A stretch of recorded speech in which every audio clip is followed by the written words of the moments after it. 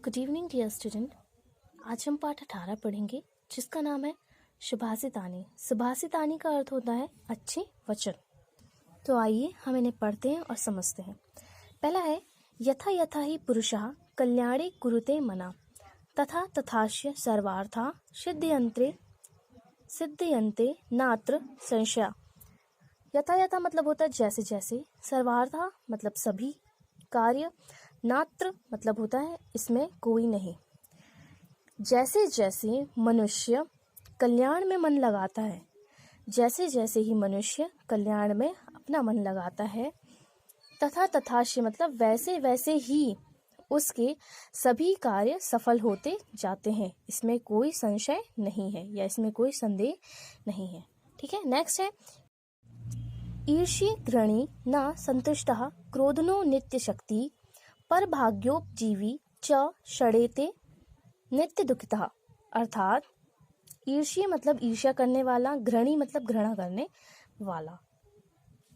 ईर्ष्या करने वाला, घृणा करने वाला, संतुष्ट ना रहने वाला या फिर असंतुष्ट रहने वाला, क्रोधी, नित्य शक्ति रहने वाला, ठीक है, सॉरी नित्य शंकित रहने वाला, जो शंका करने वाला जो व्यक्ति रहता है वो, और पर भाग्योपजीवी मतलब दूसरे के भाग्य पर आश्रित रहने वाला या जीवित रहने वाला। ये जो षडेते मतलब क्षय, यह क्षय क्या है? नित्य दुखिता, नित्य दुखी ही रहते हैं। कौन कौन नित्य दुखी रहते हैं? ईर्ष्या करने वाला, घृणा करने वाला, संतुष्ट ना रहने वाला, क्रोध करने वाला, नित्य शंकित रहने वाला मतलब शंका करने वाला, और दूसरे के भाग्य पर आश्रित रहने वाला। ठीक है, नेक्स्ट है विद्या विवादाय धनम मदाय शक्ति परेशान परिपीडनाय खलस्य साधो विपरीत में तत् ज्ञानाय दानाय च रक्षणाय। मैं जिन शब्दों के अर्थ आपको बता रही हूँ उन्हें आप अंडरलाइन कीजिए और उन्हें साइड पे लिख लीजिए कॉपी में या फिर बुक में। मदाय मतलब होता है अभिमान के लिए, परेशान मतलब दूसरों के, परपीडनाय मतलब दूसरों को कष्ट पहुंचाने के लिए, खल मतलब होता है शत्रु, तो खलस्य मतलब शत्रु या दुष्ट की, सॉरी खल मतलब दुष्ट, दुष्ट की, साधु मतलब सज्जन की। ठीक है, तो यहाँ दुष्ट की जो विद्या होती है वह वाद विवाद के लिए होती है, उसका जो धन होता है वह घमंड के लिए होता है। ठीक है, और उसकी जो शक्ति होती है, परेशान मतलब दूसरों को, तो दूसरों को पीड़ा पहुंचाने के लिए हुआ करती है। किंतु दुष्ट की अपेक्षा सज्जनों में इसका क्या होता है? विपरीत होता है। ठीक है, जैसे ये दुष्ट में होता है तो सज्जनों में इसका विपरीत होता है। क्या? तो विद्या ज्ञान के लिए होती है, उनके लिए जो विद्या होती है वो ज्ञान के लिए होती है, उनके लिए जो धन होता है वो किसके लिए होता है? दान के लिए होता है, और उनकी जो शक्ति होती है वो दूसरों की रक्षा करने के लिए होती है। ठीक है, नेक्स्ट है राष्ट्रम मम पिता माता प्राणः स्वामी धनम सुखम बंधुराप्ता सखा भ्राता सर्वस्वम में स्वराष्ट्रकम।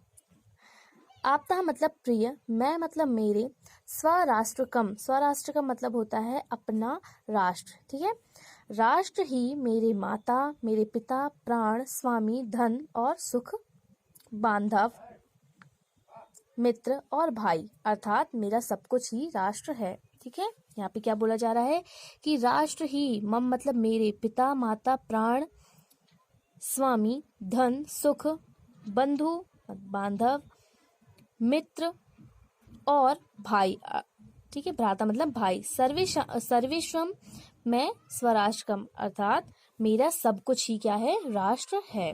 नेक्स्ट है यत्र नार्यस्तु पूज्यन्ते रमन्ते तत्र देवता यत्र तास्तु न पूज्यन्ते सर्वास्त्र फला क्रिया।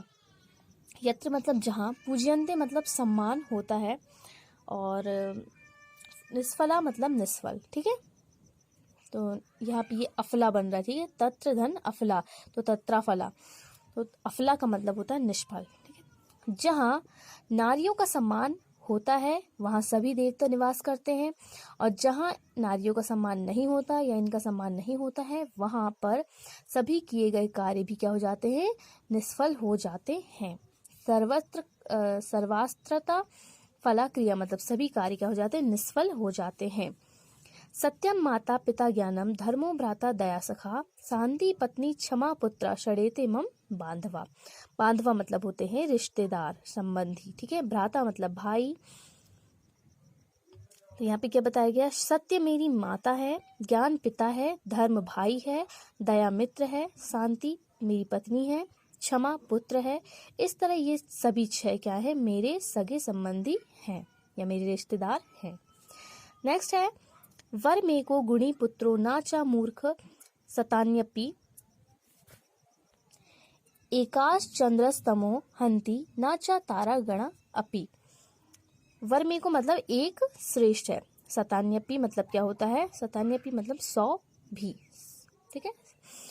तो 100 मूर्ख पुत्रों की अपेक्षा एक गुणवान पुत्र क्या है, श्रेष्ठ है। 100 मूर्ख पुत्रों की अपेक्षा एक गुणवान पुत्र क्या है, श्रेष्ठ है। एक ही चंद्रमा अंधकार को दूर कर देता है। एक ही जो चंद्रमा है हंती दूर कर देता है, अंधकार को क्या कर लेता है, हर लेता है, दूर कर लेता है। लेकिन तारों का समूह अंधकार को दूर नहीं कर सकता है। नेक्स्ट है, अष्टादश पुराणेषु व्यासस्य वचन द्वयम् परोपकारा पुण्याय पापाय पर पीडनम। परोपकार मतलब दूसरों का उपकार करना, पापाय मतलब पाप के लिए, पर पीडनम मतलब दूसरों को कष्ट देना। 18 पुराणों में व्यास जी के 2 ही वचन हैं, ठीक है। 18 पुराण में व्यास जी के कितने वचन हैं, 2 ही वचन हैं। परोपकार के समान कोई पुण्य नहीं है और दूसरों को दुख देने के समान कोई पाप नहीं है, ठीक है। आई होप आपको ये लेसन समझ में आया होगा।